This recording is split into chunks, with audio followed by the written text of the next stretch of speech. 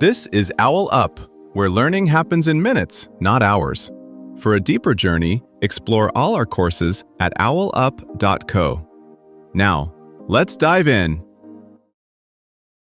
Right now, in the US, almost everybody technically has health insurance, yet millions still skip care because they're terrified of the bill. You're told you're covered, but you still feel exposed. In this episode, we're going to pull that feeling apart and decode why. So if having insurance isn't the whole story, what is? The missing piece is that your plan is less like a magic shield and more like a contract with very specific rules about when it pays, how much it pays, and what you owe first. Most people never really read that contract. They meet it for the first time in the ER or at the pharmacy counter. In this episode, we're going to treat your plan like a blueprint. It looks confusing at first, but once you know what the symbols mean, you can see exactly where the stress cracks will appear before you build your year around it.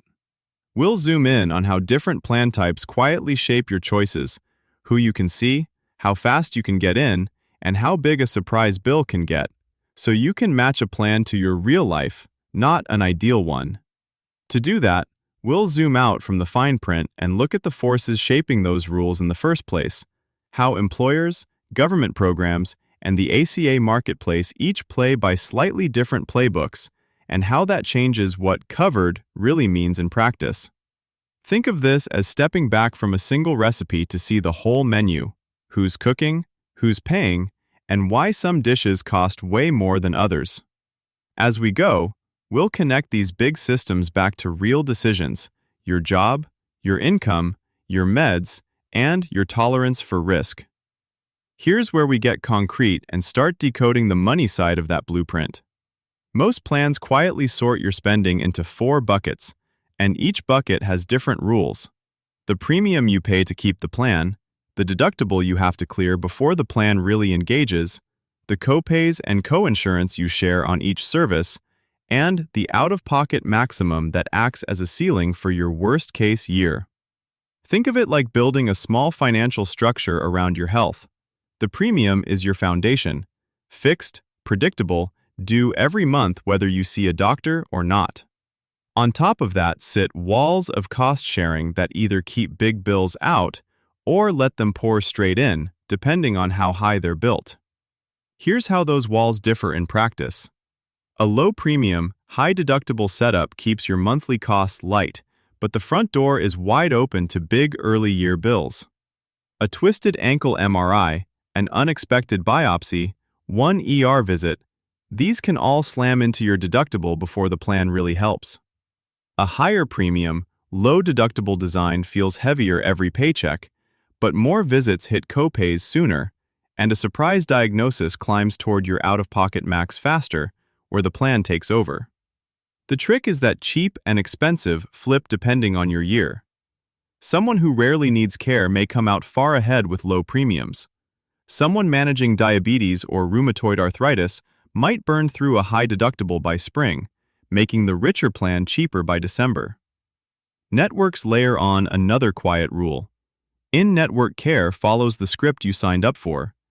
Out-of-network can rewrite the whole story with higher coinsurance or no cap at all.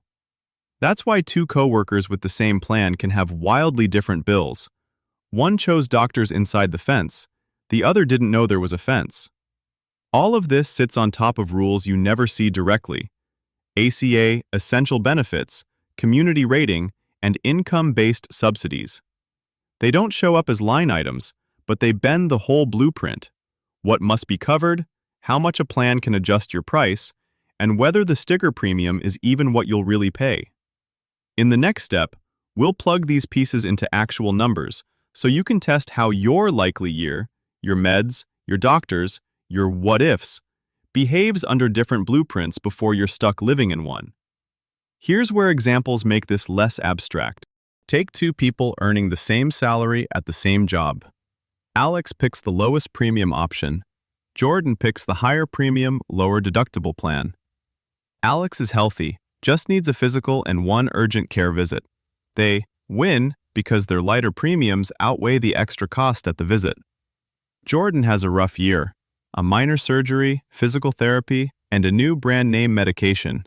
By December, Jordan's higher paycheck deductions are more than offset by hitting a lower out-of-pocket max. If they'd chosen Alex's plan, the total for the year would have been thousands higher. Now add a twist. Both need the same specialist. Jordan checks the directory first and switches to an in-network doctor. Alex doesn't and gets balance billed. Same city, same employer, same income. Completely different financial stories, all because of how those buckets and networks line up with their actual lives. Those buckets and blueprints are not just today's rules, they're moving targets. As value-based contracts spread, plans may reward you for keeping conditions stable instead of just showing up for more visits. Price transparency tools will sharpen the trade-offs. Picking a surgeon could feel more like choosing between flight options, same route, very different total costs. AI may quietly flag you for extra outreach, raising new questions. How much data are you willing to trade for lower risk and possibly lower bills? The next step isn't memorizing jargon, it's testing how your own life fits into these rules. Think of laying out your recurring meds, likely visits, and what-if events like ingredients on a counter, then seeing which plan recipe wastes the least money. As laws, prices, and tech keep shifting, treating this as an annual experiment is what keeps you in control. Before next week, ask yourself, what's one real medical scenario you might face this year? For example, urgent care visit, specialist consult, mental health therapy.